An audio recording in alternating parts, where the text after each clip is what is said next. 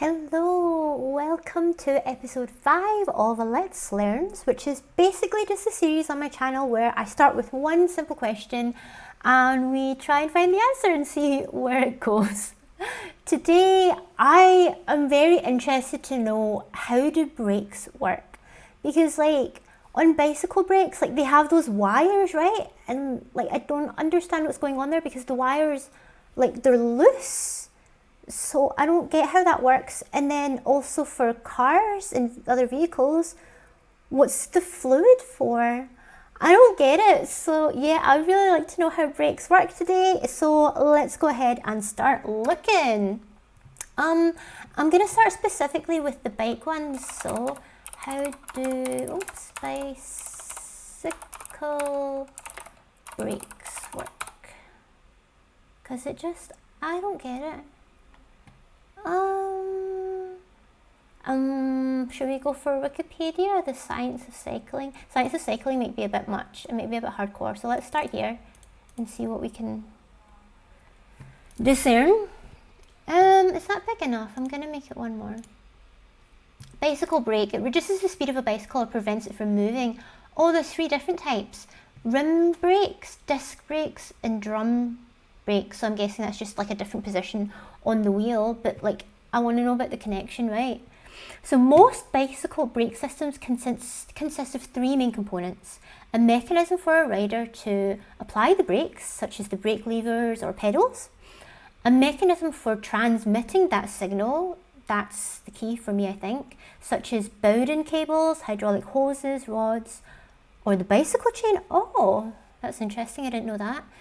And the brake mechanism itself, which is a caliper or drum to press 2 or more surfaces together in order to convert via friction kinetic energy of the bike and rider into thermal energy to be dissipated. That is a bit convoluted. It's just basically the brake pads are squeezing together. Oh, is this a GIF? Oh, I didn't notice. Can you see my mouse? No, you can't. But this picture on the left on the right is actually a GIF of it moving, but it's very, very subtle.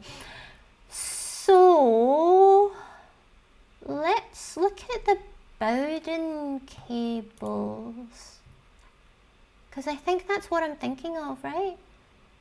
A Bowden cable is a type of flexible cable used to transmit mechanical force or energy by the movement of an inner cable relative to a hollow outer cable. Okay, so that's how, on the outside of the cable, when we see it, it looks like it's loose going around the bicycle because it's the what is it they call it?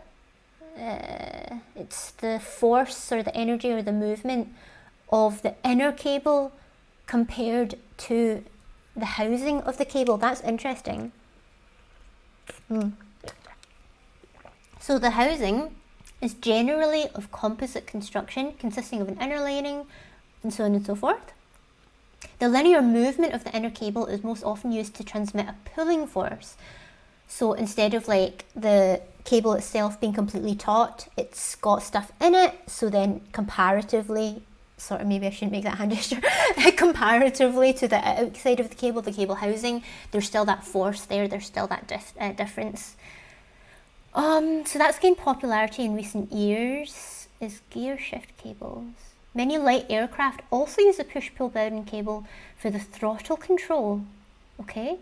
And here it's normal for the inner element to be a solid wire, etc. Okay, that's interesting. So we know how this one works, I think, right? Hydraulic hoses, what does that do? Oh, tubes, pipes and hoses. What page are we on here? Oh my god, it's Jesus Christ. Hydraulic machinery is what we're on. Okay. Let me go back to that section. Or not. Oh, the anchor doesn't work anymore. So I have to,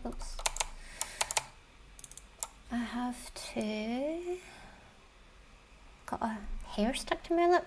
No, but it's a little tiny one. It's a little tiny one. Hydraulic pump, there we go. Oh no, was it hydraulic pump? What was it? Do you know what? Let me just fucking click on that again. Hydraulic hoses. A hydraulic hose is graded by pressure, temperature and fluid. Okay, fluid compatibility, so we're talking about brake fluid here maybe. Hoses are used when pipes or tubes cannot be used. What was the other thing called? That was called a cable. Does that also refer to it? Usually to provide flexibility for machine operation or maintenance. The hose is built up with rubber and steel layers. I've never seen a bike like that. Oh, I wonder if that's talking about motorcycles maybe. But I want to know about bicycles. A rubber interior surrounded by multiple layers of woven wire and rubber. No, I'm not sure about that. I think the Bowden cables was the main one. But I want to know like about the bicycle chain. I didn't know that was a thing. The bicycle chain is a roller chain that transfers power from the pedals to drive the wheel of the bicycle. But what about the braking thing? Is it going to tell us more about that? I think not. Oh wait, there's... no, it's not going to tell us how that works. Anyway, but yeah, I think the cable one then is what I had in mind, so that's good. That's quite cool. Just out of interest, I want to see then if this one that I said looked quite hardcore, if that one, why is it so tiny? I thought I'd already made it bigger. Braking and steering. Brakes have improved as materials and engineering know-how have evolved. The earliest bicycles lacked brakes, which added to their daredevil reputation. For bikes to become more popular, an effective mechanism for slowing and stopping had to be devised. All brakes, regardless of the mechanism, share one thing in common. They increase the amount of friction, allowing the rider to slow or stop, so those brake pads. Steering a bicycle has remained constant, but we're not interested in that. So the first widely used braking system was known as the plunger. The principle of the plunger brake is simple. By pressing down or pulling up on a lever, a metal shoe is pressed against the outside of a tyre, creating friction and slowing the bicycle down. But the problems with this system include excess wear on the tyre, so it doesn't work well with pneumatic tyres, even when the metal shoe is covered with rubber, and poor performance on wet surfaces. So this seems as if that doesn't use the cable necessarily, like it's just directly on the bike, but it's a shame that there's, or on the wheel, but there's a shame that there's no picture of that or something. A coaster brake is still in wide use throughout the world and appears in a number of less sophisticated bicycles like cruisers and utility bikes. Coaster brakes also appear, blah blah blah. It works by reversing the motion on the pedals. I wonder if that one was the one that was talking about on the gears. What's on the pedals? The brake mechanism is inside the hub of the wheel and pushes outward on the hub, creating friction and slowing the bike. Okay, interesting. So I guess then a lot of other bike systems go out and then in to brake against the wheel, but this one is going out to brake against the wheel. Interesting. It's particularly strong and tends to lock up or skid the rear wheel when engaged, which isn't great. That doesn't sound safe. Caliper brakes are the most common brake for road and mountain bicycles. Cyclist engages the brakes by pulling on the levers, which pull cables. Yes, so this is called the caliper brakes. During wet weather, it may take twice the distance to stop as it does in dry. Yeah, because it's slick. That makes sense. Okay. You know, that's interesting because I thought this one would be like super more detailed, but the wiki one was actually more so.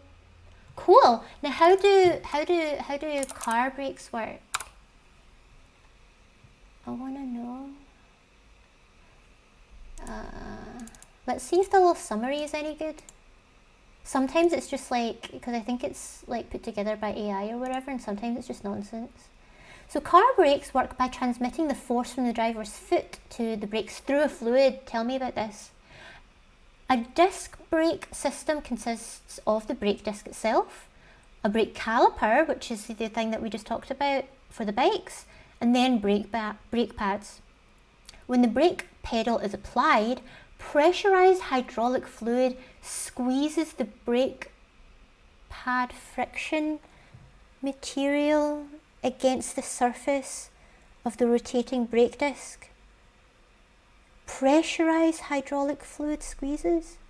So then is it like that the hydraulic fluid is in the container, and as the brake is applied, the container contracts, making the pressure push into the brake pads? Is that what it is?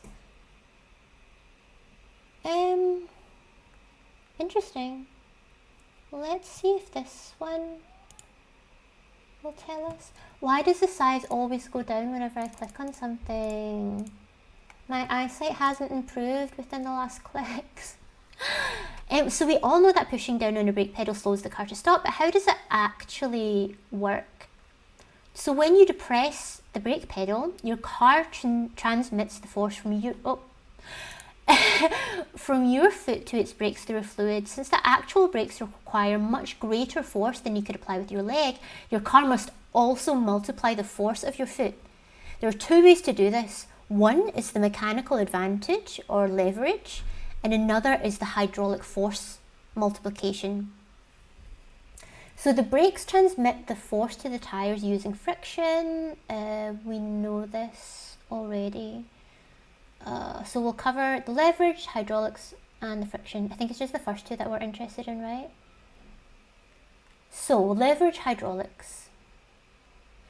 In the figure over there, a force F is being applied to the left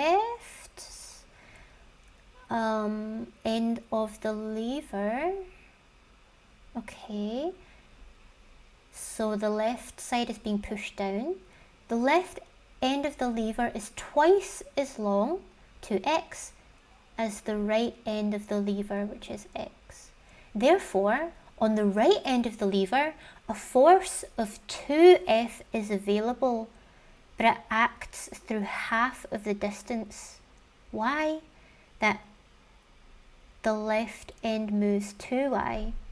Changing the relative lengths of the left and right ends of the lever changes the multipliers.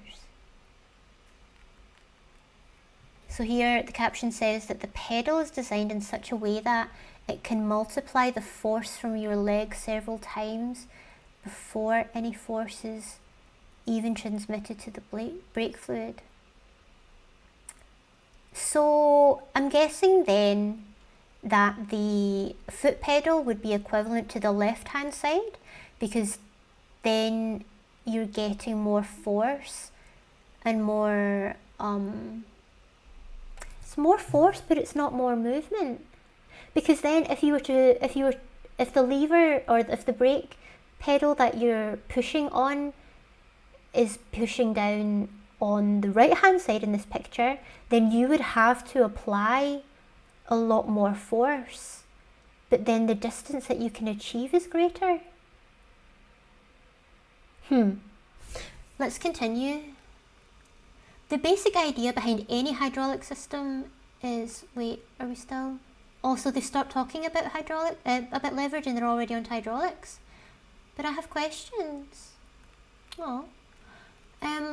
So moving on to hydraulics then, the basic idea behind any hydraulic system is very simple. Force applied at one point is then transmitted to another point using an incompressible fluid. So that's kind of what we were talking about before then with the pressurized hydraulic fluid. As the container that's in shrinks, then it's already either compressed or it's incompressible, therefore it pushes out on whatever other end that it is, which then would apply the brake pads, right? And this incompressible fluid is almost always an oil of some sort. I wonder what kind though, just thinking about like sustainable sources and stuff, because surely it's not going to be like some sort of petrochemical oil, because that would be such a waste. Like you want to put that in the engine, right? Most brake systems also multiply the force in the process, same as before. So in a simple hydraulic system, two pistons are fitted into two glass cylinders which are filled with oil and then connected to one another with an oil-filled pipe. If you apply a downward force to one piston, then the force is transmitted to the second piston through that pipe. And since the oil is incompressible, the efficiency is very good, so almost all of the applied force does appear in the second piston, again, rather than the oil itself, getting smaller in volume. So the great thing about hydraulic systems is that the pipe connecting the two cylinders can be any length and shape, allowing it to snake through all sorts of things separating two pistons. So again, it doesn't need to be taut or short in order for this to work. The pipe can also fork. Oh, so that one master cylinder can drive more than one slave cylinder if desired. Let's say main and additional, or main and tertiary, primary and secondary, please. So the primary cylinder with two secondary cylinders. The other neat thing about a hydraulic system is that it makes force multiplication or division fairly easy. So if you've read this book or article, then you know that trading force for distance is very common in mechanical systems. Yes, like the lever system that we just talked about. In a hydraulic system, all you have to do is to change the size of one piston and cylinder relative to the other one. So it's the same as like the length that we were talking about on either end of the lever, either 2x or x. Hydraulic multiplication. To determine the multiplication factor, start by looking at the size of the pistons. Assume that the piston on the left is why don't you just show us a picture? Show us a picture, like the other section. But anyway, so if the piston on the right is 9 times larger than the piston on the left, this means that any force applied to the left hand piston, which is the larger one, will come out 9 times greater on the right hand piston, because the percentage then of that volume shift is going to be greater in the smaller one, because again it's a large percentage that has a larger impact on the smaller piston than it does on the larger one, and in this case it's 9 times. So if you apply then a 100 pound downward force to the left piston, which would be the one directly controlled by the brake pedal, I'm assuming, then a 900 pound upward force will appear on the right. You know, I don't know much about like forces. I don't know if that's a lot. Let's see how much force can the average human hand apply? Because I need some context, or maybe I should have put foot, but let's start with hand because I feel like that's going to be smaller. The average force that a normal human can apply by hand is over 400 newtons. Oh, but we are in pounds. It's possible to handle a force of 4 kilograms for 10 seconds, 2 kilograms for 1 minute, and 1/3 of maximum force for 4 minutes. Let's take the 4 kilograms over 10 seconds, kilograms to pounds. Did you know American pounds are different from British pounds in terms of weight? Like, I know obviously the currency in the UK is pounds, but it's actually different also in weight, which is not helpful. So 4 kilograms then would be 8 pounds. Okay, so 100 then is like way off what a human could apply. But that's the hand. We said that the foot is probably more. Oh, 4. Foot. What's the maximum force? What does this say? What's the maximum force you can exert on the ground with one leg? That's not the same though, because of your seated position, you're not doing the full force. Force on the runner's foot? Nah. How much horizontal?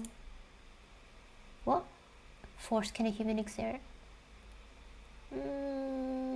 Yeah, this is all by standing and stuff. Well, let's just take that anyway. This one. Maximum force you can exert with one leg. Tell me. You're standing on a hard floor, clothes sway negligibly, you move your leg, everything else remains stationary. Assuming you're made of the same material as the average human, can the force... But it's not just the material, right? It's also the strength of the muscles and the weight of the person. But whatever. Can the force exerted by one leg alone exceed your body weight? Blah, blah, blah. The exact numeric value of that weight may depend on what you're wearing, but you just said it doesn't matter. It says you don't need to worry about clothing, and now it's saying what? Oh, but that doesn't matter because your question isn't about the absolute value of the weight, it's about whether or not the weight can change. So when you have a physics question, it can be helpful to find every...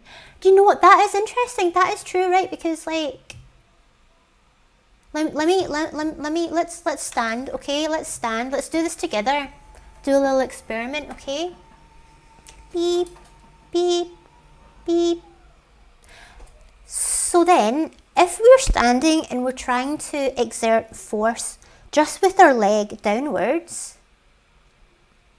it's kind of hard to do without shifting your body weight, right? So if you keep your main body weight balanced, if you keep your main body weight balanced and you don't change the weight distribution that's on your left leg, try and push down with your right leg. I don't think it's actually possible to do that without shifting the weight that's in your other leg. But if, for example then, so I've obviously standing in front of my desk here, if I place my hands underneath the desk and push with my hands upwards and then push with my right foot downwards, then I'm applying some... Oh, science is cool. Oh, that's cool. But then obviously when you're in a car and you've got your foot on the brake pedal, then it's like your ankle and foot that's moving, or like your hip flexors that are moving. So then the force that you can apply there is a little bit different. Sorry, I didn't realise that I hadn't switched on my light until my desk bumped into it. I've noticed that when I don't put this light on, it casts an extremely unflattering shadow on that side of my face. Okay. Is this better? I'm a bit blinded now, but apparently I'm already blind because of the fact that I can't read. Anyway, you can jump off the ground on one leg when you have successfully exerted force on another larger force than your weight. Interesting. I don't want to spend too much time on this, but basically this example that they had of the 100 pounds is not comparable to the kind of pressure that you would apply, or the force that you would apply when you're actually driving in a car, okay? The only catch is that you'll have to depress the left piston 9 inches to raise the right piston by 1 inch. Yes, exactly. So this is going back to the thing with the lever. I was saying like I wasn't sure which side it would be. So actually then I was correct in that. Let's take a look. I was correct in that the brake pedal in this instance would be on the left hand side, so that you're able to multiply the pressure that's relevant at the brake pad point, but you do then need to move a larger distance, which if you think about it actually makes sense. Oh sorry, I wasn't showing it. Oh my god, I wasn't showing it. Yeah, so the left hand side would be where the brake pedal is, and then the right hand side would be the brake pads, and that actually makes sense that you would want the pedal to move more, because like in a car, like it is a fair distance, right? And that helps to give you more control of by how much you're actually braking, versus like brake pads in a tire aren't going to be super far away, so they don't actually need to move that much in order to exert the necessary force to slow down your car. Cool. That's interesting. That's really interesting. And then we already know the thing about the brake pad, so that's fine. Cool. What other kind of brakes are there? Because I can just think of, at the moment, like bicycles and vehicles. Interesting. Very, very interesting. Why is this not going back? How do anti-lock brakes work in a car? Yeah, how does that work? How does that work? Why is it not? Oh. Wait, what? Why is it not opening? Okay. And how are they safer than normal brakes? Well, they're safer because, like, you know, on the bicycle example where it was talking about the very strong one, and then you stutter, and that's really dangerous. You don't want any vehicle to do that. So basically, my understanding of it in the practical sense is that with anti-lock brakes, when it senses that the tires or the wheels are starting to lock up and cause actually skidding on the road rather than rolling, then it releases the brake pads a little bit, regardless of the position of your foot on the brake pedal, because then that releases the wheels enough that they can still roll, but they're still slowing down without you then getting this jolt. That's how I understand it. Let's see if I'm right. Is it big enough? Yeah, whatever. Without ABS, the brakes apply steady force. If the stopping force exceeds the rolling force, then the wheel and tire will lock up. Exactly. And then the vehicle either stops or starts skidding. Cool, I know something. When the tires are skidding, you lose most of your ability to steer the vehicle and are thus more likely to crash and ruin your tires. ABS basically turns the brake force on and off several times a second. This makes it easier for the wheels to keep rolling rather than locking up and skidding. That's interesting. I didn't think it would be like a brake force on and off. I thought it would just be that, like, if you've got the brake pedal force going inwards, then those could also have like their own things that they're being held onto, so that the ABS, when necessary, could open it up a little bit more, so the end pressure of the brake pedals is less, the brake pad is less. So that's interesting.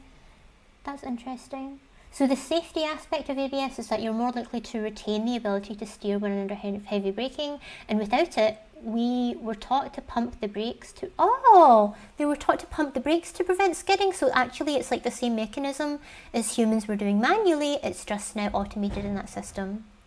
So if your vehicle does have ABS, you're not supposed to pump the brakes because it's already being done. But then how does it, like, how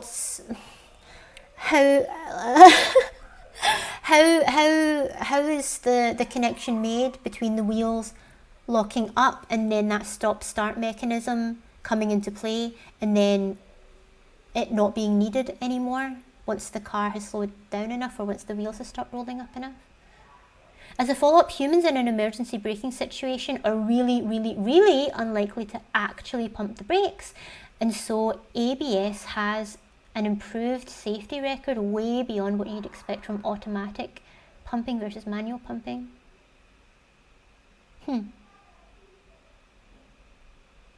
Interesting. Yeah. But then in an emergency brake situation, you also use the handbrake. What? Yeah. How do hand brakes work? I'm assuming it's very similar, except that the brake pad and the mechanism is like larger and stronger, and obviously like it can then click into place and you don't have to be holding it the whole time. A handbrake, also known as a parking brake, applies the rear disc pads or brake shoes via cable, like the bike, and is used when the car is parked to stop it from rolling. Electronic handbrakes are also known as electronic parking brakes. They use electric motors to achieve that locking effect. Why would you need electricity to stay in park? What?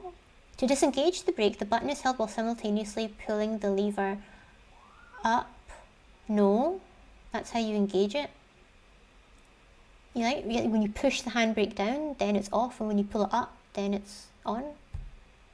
This is what I mean, like it just pieces things together that doesn't necessarily make sense. The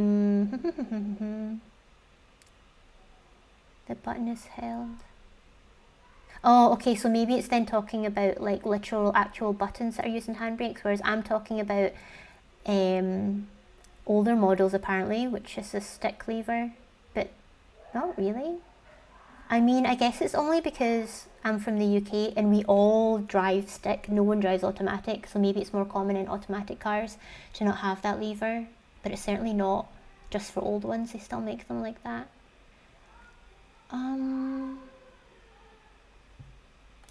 What does this one say? What is the handbrake and what does it do? Well, we know what it does. We just want to know what the mechanism is. The other one said that it's with cables. Let's see. Usually takes the form of a hand-operated lever. Yeah, see, that is the more common one. This is really small still, isn't it? It's usually located in the center console, but can sometimes be found in between the driver's seat and the door. That's awkward. The handbrake applies the rear disc pads or brake shoes via cable and is used when the car is parked. Just to apply it, you hold the hand grip, press the button and raise the lever. Exactly, see, to turn it on you pull it up. As you raise it, you'll feel the resistance as the brakes are applied. Yes, I do. And when you feel the brakes are exerting sufficient force to hold the car in place, then you release the button and you can get out, basically. Paul engages on a ratchet plate holding the lever. Cool. To release the brakes, yes, we know this. Some drivers don't press the button when raising the handbrake. Don't do that because it'll ruin it. It still operates as normal, but over time the ratchet teeth can wear exactly and cause the handbrake and the rear brakes to fail. So it's a good practice to use the handbrake button when you're raising the lever. Exactly, because if you're talking about this is then, what is it they call it, like the ratchet or something? And this is like the little gear thing. Like, so you push the button in, then you pull up, and then you let go of the button. But if this bit becomes too small when it's when the brake is engaged, then and you're like always wearing on these little gears, then eventually it's going to fall down on its own and your car is gonna roll. Actually, when I was younger, that actually happened on my street. Like, I think it was someone who was visiting one of my neighbors. Like, I lived kind of in the bottom middle of the hill, and one of the visitors to a house on the top of the hill did not engage their handbrake enough, or they were ruining it, and so it failed, and the car rolled all the way down the hill and crashed into another car, and we could actually hear it from our house because it was right across the road. So yeah, don't abuse your handbrakes and don't crash your car when you're not even in it.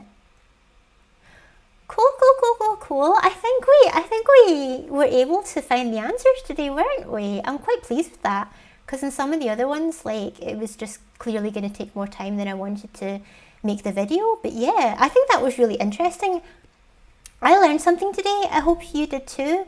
Let me know in the comments if there's any more nuggets of knowledge that you can share.